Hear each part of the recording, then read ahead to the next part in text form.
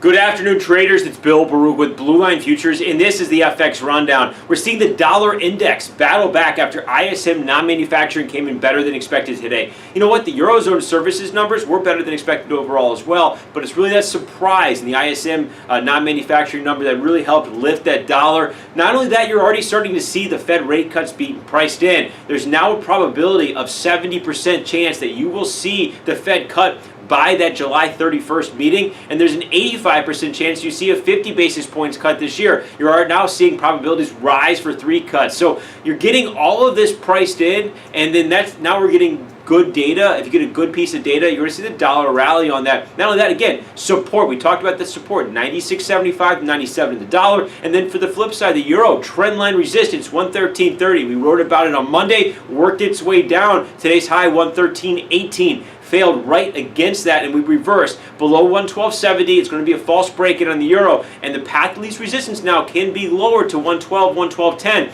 This comes ahead of the ECB policy meeting tomorrow morning, Thursday morning. Now, they're going to talk about TLTRO as we're nearing September, but we don't expect them to really talk about quantitative easing measures. However, if they bring up something that they could bring out of their toolkit in order to fight those bad inflation numbers or slow inflation numbers we saw yesterday in slowing growth, then you're going to see the euro break down through that 112. Overall, we expect it to consolidate more as we head into non-farm payroll data on Friday. We have non-farm productivity numbers as well tomorrow from the U.S.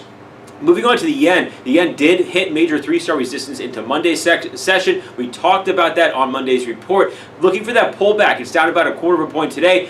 Good support to look at is 91.80, 92 as a buying opportunity. The whole safe haven complex, treasuries and gold have all come in from the highs. Gold led the way higher earlier, finishing about 1% off its high on the session. A little more than that actually, but overall you see the safe haven assets come in a bit as the dollar is strengthening following that ISM's non-manufacturing beat. So watch that data as the week goes, and all those safe havens can lift if that non-farm payroll number comes in worse than expected. You know what? I almost forgot. ADP payrolls came in at 27,000, and that number was a lot less than the 180,000 expected. But again, it's only ADP payrolls, a private survey. Non-farm payroll is what's going to be the biggest. So after those ADP payrolls came in, yeah, you saw the dollar weaken, but the ISM non-manufacturing was more important. Lastly, looking at the commodity currencies, the Canadian dollar consolidating 74.40 is our pivot. Above there, it is in a fairly decent range and favorable to the bull camp. We have a lot of data tomorrow, trade balance data out of Canada, as well as IVPMI data. Watch that. It's going to be crucial.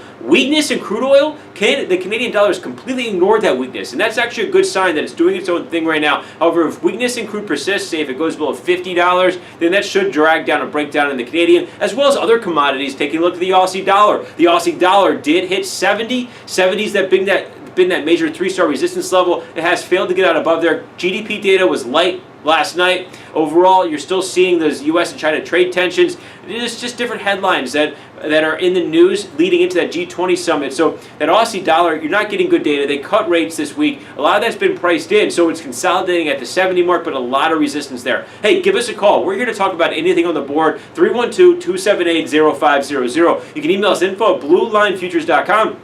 And check out our website for updates. You can sign up for a free trial of research there. But remember, futures trading involves substantial risk of loss and is not suitable for all investors. Thanks a lot.